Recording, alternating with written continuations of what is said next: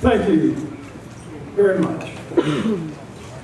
This began as a lark several years ago, and it got to be so much fun that I decided to continue it, and after paying large amounts to the president, I've been allowed to do so. That was not my 25, by the way.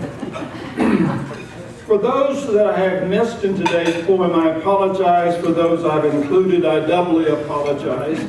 We have heard Christmas, the night before Christmas, since 1822.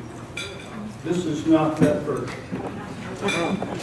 It was the Wednesday before Christmas in the middle of town. The movers and shakers had settled down to lunch with the trimmings of garlic and spices and conversations and compliments and niceties.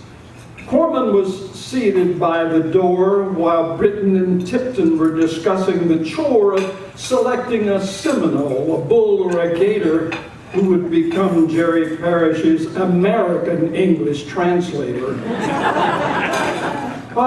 Greg with the gavel rang the opening bell. Bob led the pledge after hurrying for a spell.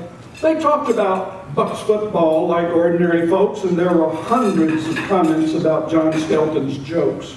But all of a sudden there arose such a clatter. I turned to Phil Chestnut to see what was the matter. I should have known better. He didn't have a clue of what was happening and what we were to do. I turned to Garrick and said, "What do you hear?" He said, "I didn't hear anything. I'm not president till next year." What to my wondering ear did appear but a buzz of good wishes and lots of good cheer. And Don turned to John, and he turned to Phil, who passed it on to Bob, Bonnie, and Bill, McCormick, McCart, Mariano, and May, to Brasher, and Brewster, and Cooper, and Gray, Lyons, and Larson, and Magnuson, both Lees, to Benjamins and Williamses. There were two each of these.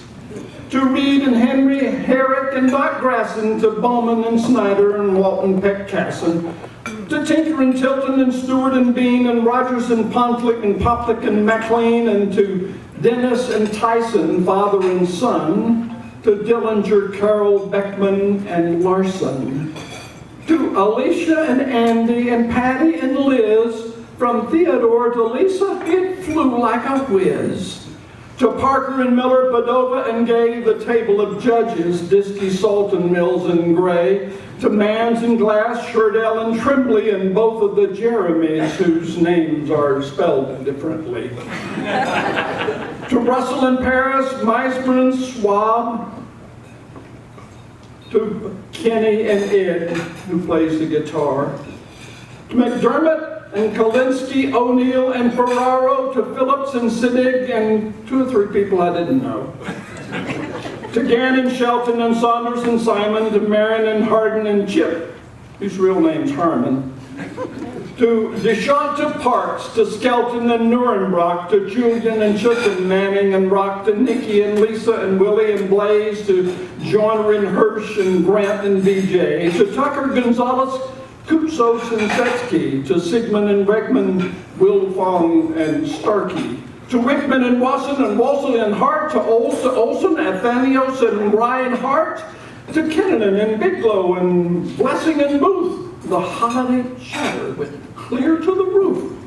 The red badge members were caught in the swell, as were the old-timers like Smith and Seidel. From Keogh to Armstrong, Kincaid and King, Fopbell and Bannock, Woodward and Verling. From Conover and Dawn, Ewald and Gann, to Bunning and Nocco, the top sheriff man. It seemed to touch all, this phenomenal saga, from Edmondson and Austin to Carlos Zubilaga. And then in a twinkling, I knew there was nothing to dread.